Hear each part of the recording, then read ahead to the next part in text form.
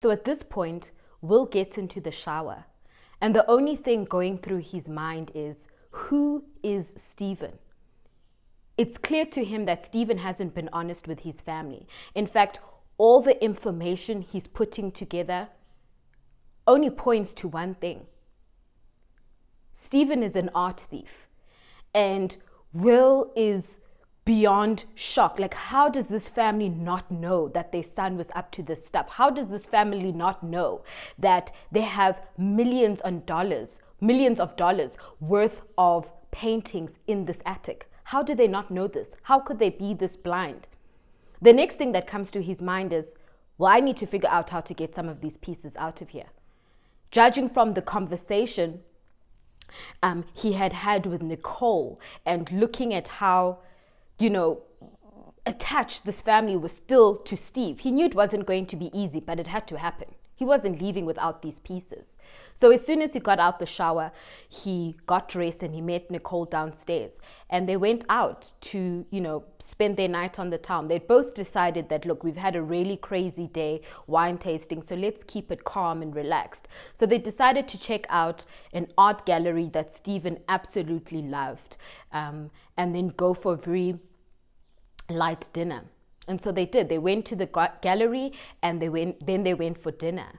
And while they were sitting there, snacking on their food, Will keeps thinking, some way, somehow, I have to bring this art up. Some way, somehow, I have to bring this into the conversation because I need answers. So while they're sitting there and they're talking, he says, I'm so glad that you decided to bring me to this art gallery that your brother loves so much. I'm absolutely honored. And being around your family has been such an amazing experience. And to see how you all are still holding on to Steve and are trying to honor his legacy and his memory is so touching to me. As somebody who's lost my dad, I know what grief is about, and I know it can be very difficult, even though I wasn't exceptionally close to him. So I can only imagine what it feels like for you. And Nicole's eating it all up. She's agreeing. She's saying, when we lost Steve, it was very difficult. And, my family, it was a blow. It was a blow to all of us. And we've tried our best to hold on to his memory, because one thing about my brother was he was a very, out there type of personality. He loved life, he loved people, he loved his family, he laughed a lot, he was about creating memories, he was a good person, he had a very charming and bubbly personality, and we want to keep that memory alive. And he says, but if you guys want to keep his memory alive, why are you holding on to his paintings like that? Why not bless other people with his paintings? Not all of them, but put some of his stuff out there. Let Steve's name carry on. Let people, get to experience what your brother poured himself into for all those years. Let other people get to experience your brother that way. That's how his legacy lives on. That's how you continue his name. And Nicole is sitting there and she's agreeing, and she was like, you're so right. And he was saying, look, I'm not trying to put any pressure on you, but if it's something you're interested in, I'd be more than happy to step in. You can trust me. I love you, and I wouldn't do anything to, violate and abuse your trust and what it is we're trying to do, or what it is you're trying to do. I've met your family. I think they're really good people. I think they like me. So this would be a really good opportunity. And she agrees. And so after dinner, they go back home and they call it a night. They are exhausted. Wine tasting took it out of them. The next morning, Nicole and Will make their way downstairs. It's breakfast time. The chef has made a beautiful continental breakfast, and so they're sitting at this breakfast table, eating and enjoying. So Mrs. Torres asks, how was your guys' night out on the town? And she says, it was amazing, Mom. We had such a good time. And Will follows up. He was like, wow, your daughter has been absolutely amazing. She took me to Steve's favorite gallery yesterday, and we got to, just continue to honor him and think about him. I know he meant everything to this family, so I'm really honored that Nicole would think to take me there. And Mrs. Torres was like, my son was an amazing young man. He was amazing. And I'm glad that Nikki has been so generous with, showing you more of what, her brother loved. And Nicole chimes in, Mom, now that we're talking about Art and Steve, I was speaking to Will last night, and I was thinking, why don't we consider, selling some of Steve's pieces? I mean, not all of them, but to sell them. Let's continue his legacy, his memory. They're accumulating dust in that attic. Let other people see his gift. Let this be a gift to other people. Let his memory live on. And the mom loves the idea. Mrs. Torres was like, absolutely, I think that's a brilliant idea. I don't think that your brother had the plan of painting all of these amazing pieces and keeping them a secret forever. I'm sure there would have been a time he would have shared them with other people. And I mean, what do you know? Here we have Will, who's in this space. He's a dealer. Yes, why not? This is an amazing opportunity. And Mr. Torres says in a very stern voice, no. These pieces are staying in this house. These pieces are not leaving. That was Steve's gift to us, and they're going to stay in this family. And Mrs. Torres tries to say, but baby, the pieces are accumulating dust upstairs in the attic. We don't even live here. Why not allow? We're not saying sell all the pieces, but a couple of pieces. Let people get to see who Steve was. Let people get to see his talent. And he says no. And that's the end of the conversation. So it's now abundantly clear to Will that he is not going to get permission to take these pieces out. There is just nothing he can say or do that is going to convince Mr. Torres that he is the person to give the art to so that he can sell it. And so they drop the conversation. There's this awkward silence at breakfast. And for the rest of the day, they all kind of avoid Mr. Torres because he just does not seem happy about any of this. The following day, it's time for them to all go back home. And they're now standing around the car, saying their goodbyes, kissing each other on the cheeks. Nicole hugs her dad goodbye. Mrs. Torres says goodbye to Will, and she lets him know that she is absolutely happy, like honored to have met him. She really loves him for Nikki, and she thanks him for being so good to her daughter and taking care of her, and says, I hope to see you guys very soon. And just as she's finishing up what she says, oh shoot, I left some of my medication upstairs. And so Will says, no, don't worry about it. Let me get it. I'll be faster anyway. And she says, are you sure? And he says, yes, please, let me go and get it. So he rushes up, he goes and gets the medication, and he comes back down. They say their final goodbyes. Will shakes Mr. Torres' hand, and they leave. A couple of months later, Nicole notices that Will's demeanor has changed. He says he loves her, but he's so distant. He says he cares, but his behavior doesn't show that anymore. He says nothing has changed. His feelings are still the same, but why does it feel like something is wrong? Something is up. Why is he trying to distance himself from her, but not quite letting her go? At this point in the relationship, she feels like she's in limbo. She doesn't quite know what's going on, but she's clear about one thing. Their relationship is no longer the same. He's no longer treating her the way he used to treat her, and it's concerning her because she loves this man. She's fallen for him. That trip they took to meet their parents solidified their relationship for her. So she cannot understand what could have possibly changed. Will has a business trip coming up, and he lets her know that he has to go alone. He needs to focus, he needs to work, and that's exactly what he does. He takes the trip alone. He goes out to where he's going, he flies out to that city, and he gets to working.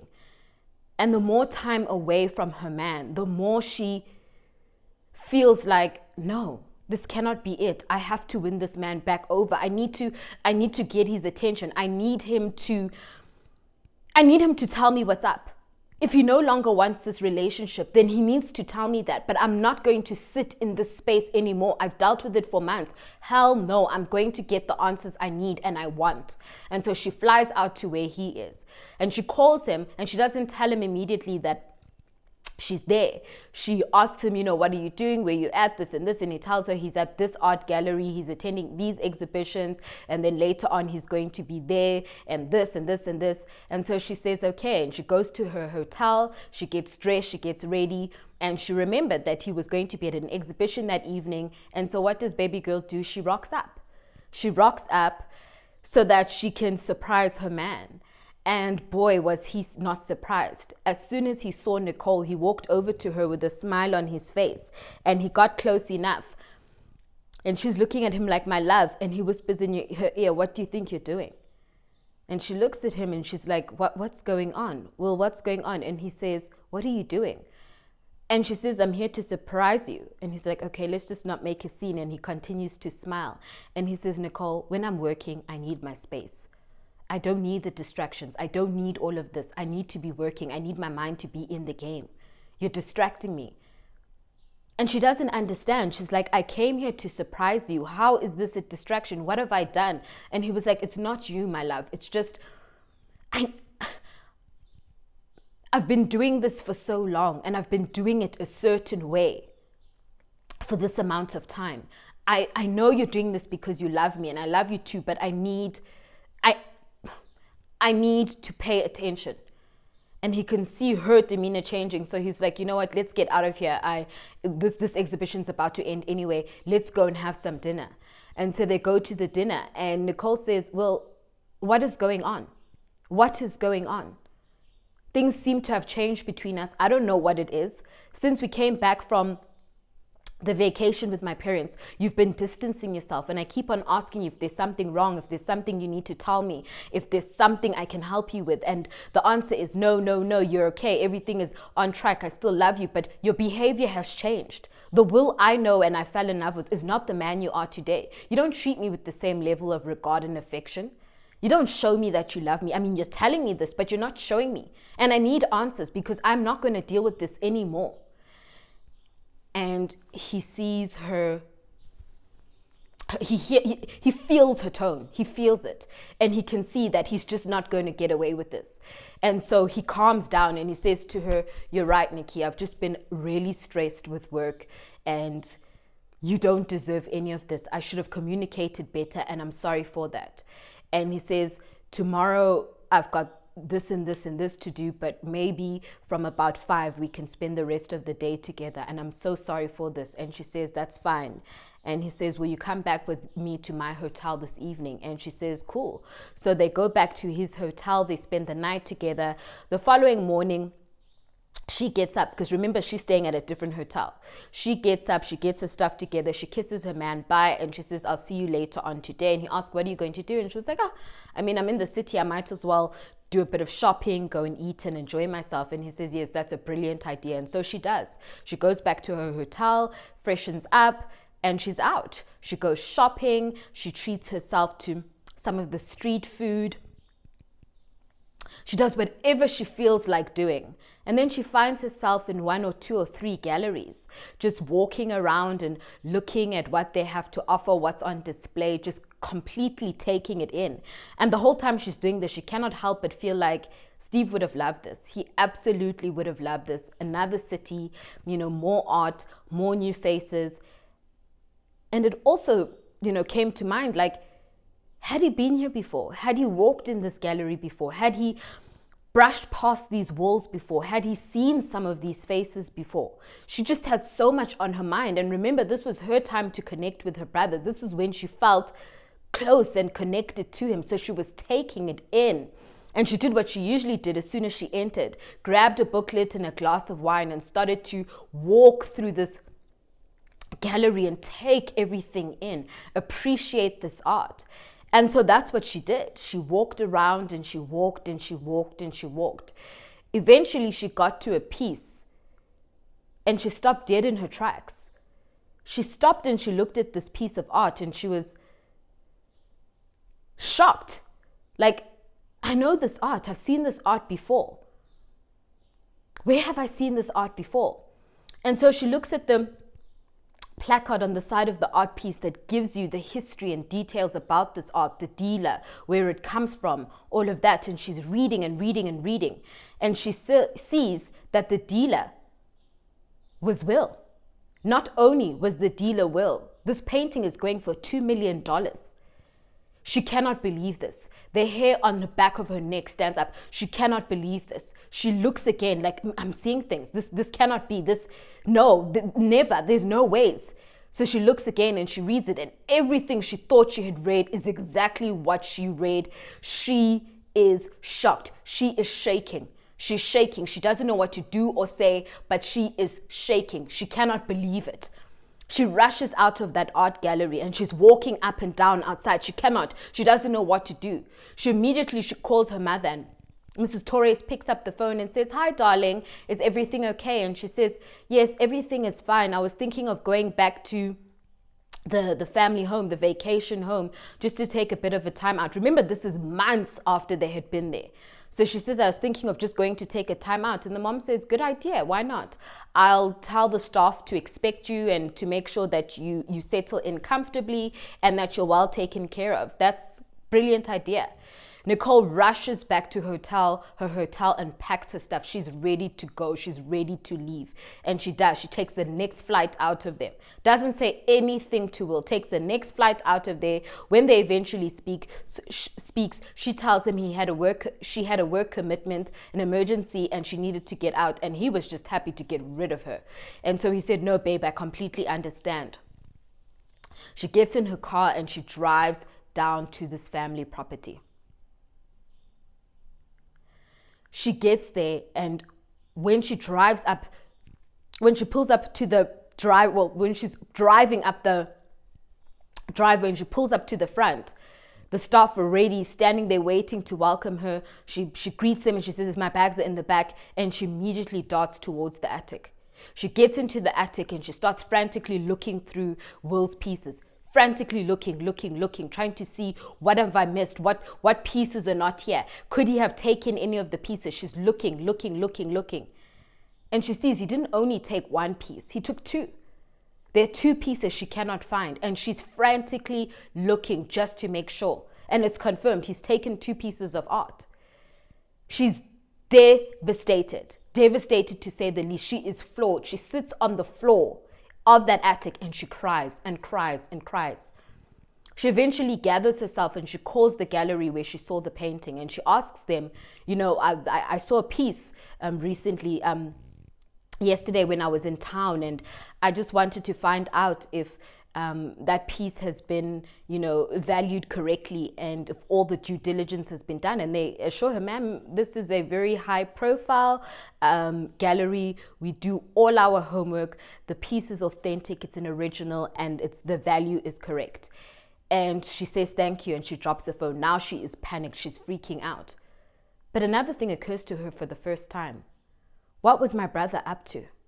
What was my brother up to? How did Stephen get his hands on a piece worth $2 million? What was he doing? She doesn't know what to say. She doesn't know how to feel. She doesn't know what to think. One thing is clear to her. I'll deal with the Stephen thing later. That's my brother. I'm going to get this guy. How dare he violate my family like this? And she makes the decision then and there. She's not going to say anything to her family. Not a word. She's going to sort this out. And so she's on that floor crying and reeling and thinking, what am I going to do? And she finally decides to get a private investigator. She calls a private investigator. She gives him Will's name, his information. She sends him pictures and she's like, "Find out who this guy is." And so he does. A couple of days later, the private investigator gets back to her and he says to her, "Listen, this guy is not who he says he is. Number one, his biological dad is not deceased. He's a truck driver, a very poor man, and he barely makes ends meet. Really struggling. The family pushed him to the side many years ago, but he's very much alive. Two, the mother did remarry a very wealthy man, but they both decided to distance themselves from him because they felt that Will wasn't okay. Mentally, he had a lot of issues and they had encouraged him to get help for them and he refused. And so they distanced themselves because he was becoming a hazard. Number 3, Will spoke as though he was the only child. He wasn't. He had step siblings. The man, his stepfather, had 2 kids with another woman before he met Will's mom. He had a brother and a sister, and he didn't have a relationship with the brother or the sister because he had tried to harm his brother. Number 3, his name wasn't Will. His name was not Will. That was his stepbrother's name. He had stolen his stepbrother's identification. His name was Thomas. Nicole couldn't believe any of this information. She didn't know what to do. She felt violated, disgusted, betrayed, all of that. Like, how am I sleeping next to this man and I don't even know his name? The more she hears, the angrier she gets. The more she feels like, I need to get this guy. I need to get him. I need to get him. He cannot get away with this. He cannot come into my life, into my family's life like this and do what he's done. And so she orchestrates a plan. She goes back to town and their anniversary is coming up. And so she decides to get hold of Will's phone and get his parents' number and, well, his mom's number. And he calls the mom and he says to her, listen, she says to her, I would like to organize a surprise dinner for Will. It's our anniversary and I'd love for you guys to be here. But Nicole's smart about it. She doesn't tell them what she's learned about the son and say, come, you need to come and fetch him. She knows that if she brings that up to the parents, there's a possibility that they would try and protect him and warn Will. So she just played as though she's this ditzy, dumb girlfriend who knows nothing of who this guy is. And she insists, no, it's just a surprise. It's for our anniversary. And so they agree. And they agree because they've been looking for Will. He stole his brother's identification. They'd been looking for him. So this was their opportunity to get their hands on him too. So on the day of their anniversary dinner, they go to the gallery they first met at. And because Will knows the director of the gallery, Nicole had also befriended him and had organized for them to secure a private room at the back. After looking at all the paintings, they can go into that private room for dinner, and she planned all of that. They get to the gallery, they're all lovey-dovey, drinking wine together, looking at all the pieces, and eventually they make their way to the back. As soon as they walk in, Will sees his mom and his stepdad standing there, and he looks angry. He looks angry, and he pulls Nicole by the arm and he says, we're leaving. We are leaving. Will's mother says, Will, there's police officers and there's people from the hospital out there. You can either decide to go to the hospital and get the help you need, or you're going to jail, but you're not leaving here. He is livid. She's like, son, please preserve your dignity and go peacefully with these people from the hospital. They want to help you. Will makes his way out. It turns into a scene. He is screaming. He is shouting because everybody is cornering him. He's screaming. He's shouting. His colleagues are looking like, what in the world is going on? Other people who are attending, other guests at this gallery are shocked. They cannot, what is this? What is going on? What has happened? They cannot believe this Will guy, so dignified, put together, dapper, so knowledgeable about painting, so suave, so bad and bougie, is getting manhandled by people and is being told to calm down, calm down. Eventually, they sedate him. They take him off. The whole time the scene is happening, Nicole's just standing there looking. She's standing there looking at everything unraveling. Eventually, they take Will off. The mother thanks Nicole and says, I'm sure you knew nothing about what has happened, but this is actually what's been going on. You know, he's mentally very unwell. He stopped taking his medication. We've been trying to look for him. We weren't able to find him. You've really helped us. Thank you, thank you, thank you, thank you. And she says, I'm so sorry if I had known. And she's like, my love, there is nothing for you to be sorry about. You did the right thing. Months later, while Will is in hospital, he's heavily sedated, in and out of consciousness. He's trying his best to put all of this together. Like, how? How did this happen? And the more he thinks and meditates, because that's what he has, time, lots of it. The more he meditates and thinks about it, the more he realizes that Nicole set him up.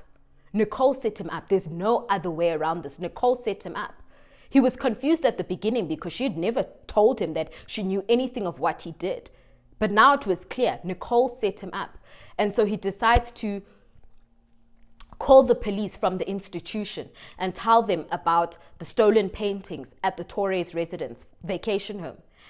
And Nicole and her family are at that vacation home enjoying some time together. Nicole is using that time to kind of just, because a few months ago her life was turned upside down. Her family want her close to them again.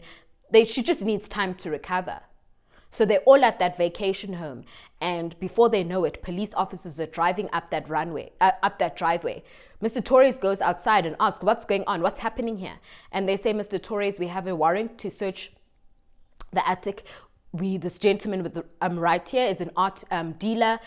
He's able to value appraised art. We've brought him here with us so that he can see this art. It's been reported that there is some stolen pieces of art up in your attic, and we need to have a look, sir." And he says, "No problem, come in." And he takes them up to the attic, and he's like, "Where are you getting this information from?" And they say, a gentleman by the name of Thomas, he called and he said that this and this and this and this. They get up there. Mr. Artman goes through the pieces. He's looking through, lifting pieces, pulling back drapings, looking at this, looking at that. Eventually he says to the police, "There's nothing here. These are clearly Steve's pieces. There's no stolen art here. We can go." And so the police officer says, "We are so sorry for this inconvenience, sir. We are so sorry for it. It's clearly just, somebody giving us the runaround. Please enjoy the rest of your day." And Mr. Torres says, "No, not a problem." Now, Mr. Torres knows the story. When Nicole told him about what she had found out, told her parents about what she had found out about Will and how Will was not his name, it was Thomas. He remembered that. And so when the police officer said Thomas, it clicked to Mr. Torres. And so he called Nikki and he said, "Nikki, what's going on? What has happened? What happened?" And she told them more.